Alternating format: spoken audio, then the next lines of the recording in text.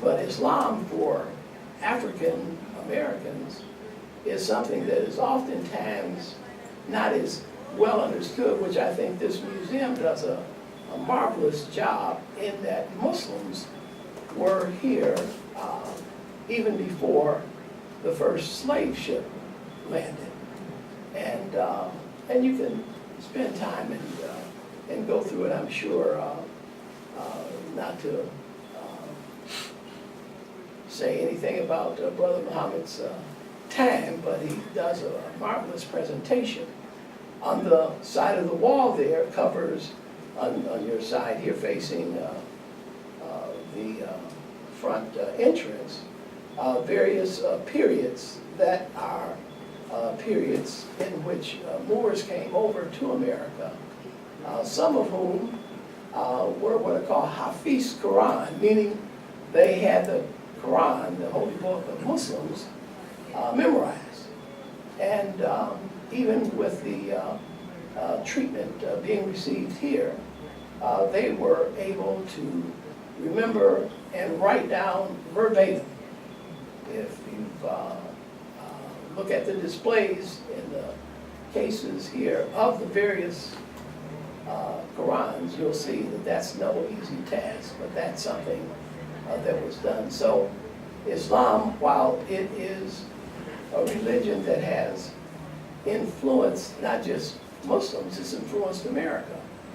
It's influenced others. We had treaties with the King of Morocco where Muslims were free, those that had been enslaved, because of the treaties. Muslims helped in the Revolutionary War. Muslims helped in various other areas. Of course, that's not taught in the schools, but many of the people often ask, well, you're a Muslim convert. I like to use the word revert. I reverted back to that of my heritage. My mother's side of the family came from the West African country of the Cameroons, from a group that were Muslim for many years and centuries called a Fulani.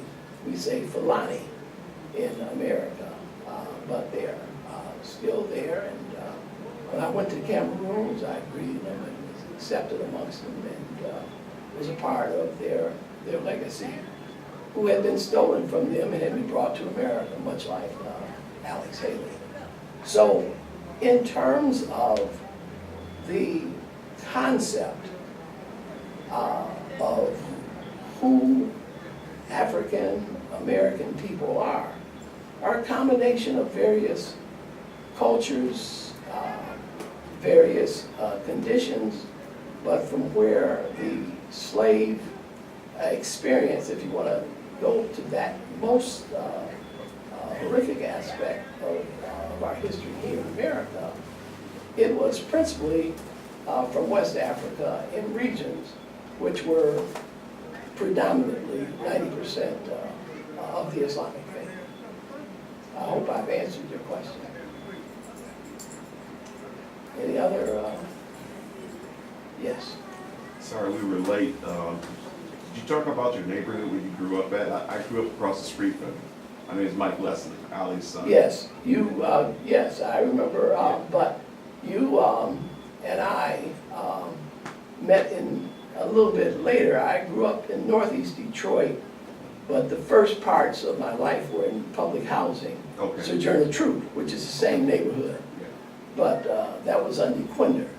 We moved from Sojourner Truth homes to McKay Street, and from McKay Street to DeQuinter. Yes. But yes, I spoke about that. And basically, that was my foundation, my family, my roots, my friends, and as you remember, I wasn't, shall we say, the fair-haired boy in the community. Sometimes I got into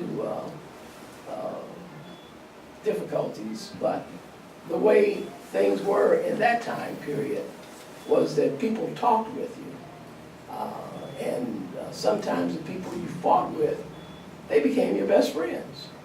They weren't enemies that you killed or shot or anything, no. In fact, if you tried to pick up a rock or a stick or a knife, the people around would say, hey, put that down, fight fair, fight fair. So it was a different atmosphere during that time.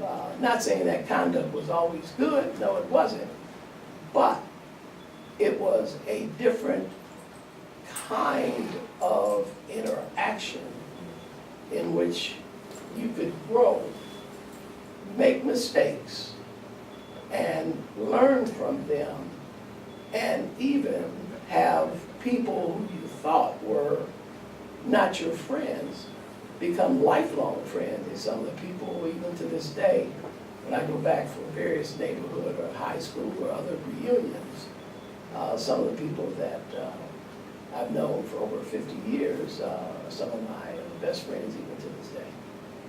But thank you for that. Yes. I have a question.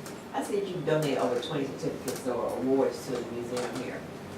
How many awards do you accumulate in your life? Couple hundred.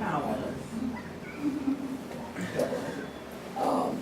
You know, I just do what I do, and some people at times are very, you know, are very grateful, and of course, I received a lot of honors and things of that nature. I'm not always a braggadocio kind of person, but I have never looked at awards as being anything other than an appreciation that other people have, and as a measurement of what more I can do to help with people. And you know, that's something that I've been blessed to be able to have received. There is, however, one aspect that I would like to share with you. I was a friend and a beneficiary of and had the pleasure of working as a lawyer for the mother of civil rights, Rosa Macaulay Parks. And I was her trustee in her trust that was created. And I went on travel places, came to Washington, D.C. With her, and she was scheduled to go to Libya in 2005 for the celebration of the 50-year anniversary of the Montgomery bus boycott, December 5th of 1955, for December 5th in 2005. And of course, she died in October, so she was unable to go. The Rosa and Raymond Parks, Raymond was her husband, who had preceded her in death, asked me to go in her place for that, and that was to Libya. At the time, Gaddafi was the leader, as they call him, we call him, I guess, president of Libya. And when I went with the kind of reception that I kind of thought would occur, it was magnified 1,000-fold. As soon as I opened my mouth and said, I'm here representing the late Mrs. Rosa Parks, the group of leaders from the African diaspora, the presidents, vice presidents, premiers of the various, it was an OAS, Organization of African States meeting. All of them, as soon as I said, Rosa I didn't even get Parks out. They stood, they cheered, Leader Gaddafi and his people had to quiet them down after about, I'd say a good 5 minutes of just applause, applause, applause, applause. And it was amazing. Now, during the time, as we tried to pull the family together, the family being her 13 nieces and nephews, and the people that were there from the Institute trying to have the funeral services and things that she had shared that she wanted done. To have the 3 cities, the city of Montgomery and Detroit were critical for Mrs. Parks.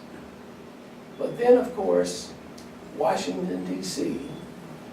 contacted us, and they had a special bill that they had put through in a matter of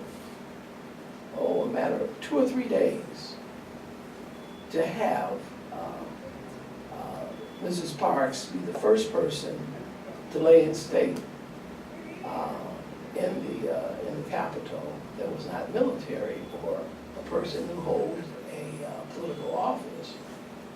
And the mayor of Detroit was upset. Various politicians who wanted to have it just for Montgomery and just for Detroit entered into the fray, and I just said, hold back.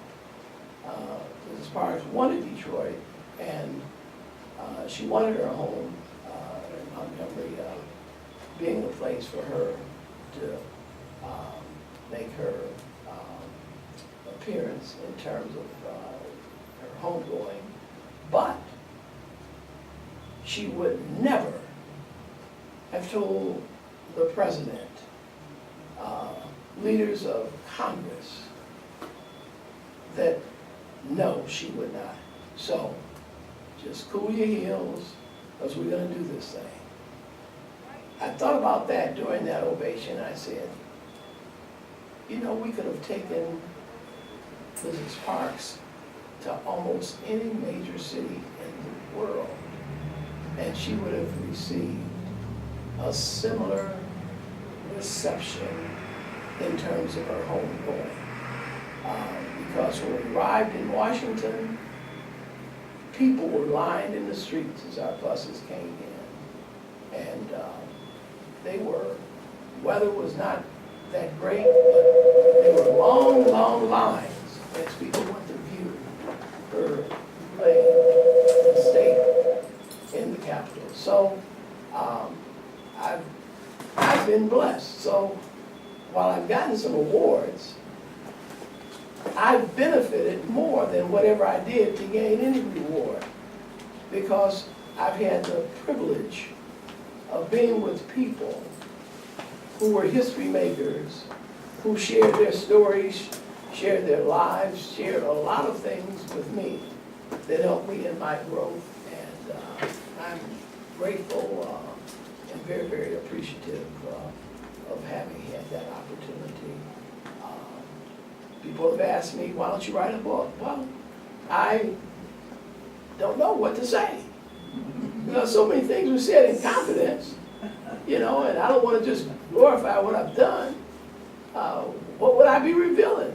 Some were attorney-client, some were just friendly conversations, but the measurement of those gems of thinking, of conversation, of sharing, are things that I will treasure and were very, very helpful and even to this day are still helpful in my life. Yes. Well, I have another question. I'm trying to trace your political journey. You apparently were fairly active or interested in the Black Muslims, and when Malcolm split, you seemed to follow him. And when he died, you seemed to go with his faction for a while. But then you said you had problems with their direction. and yet you sort of left them and came to pure Islam, is that right? No, you're almost there. I did have within my journey various transitions that did occur. But with regard to, I was never a member of the Nation of Islam. Back then, you had to write the Honorable Elijah Muhammad a letter, and then he would give you a name or a number with your name. So I never was a member of the Nation of Islam.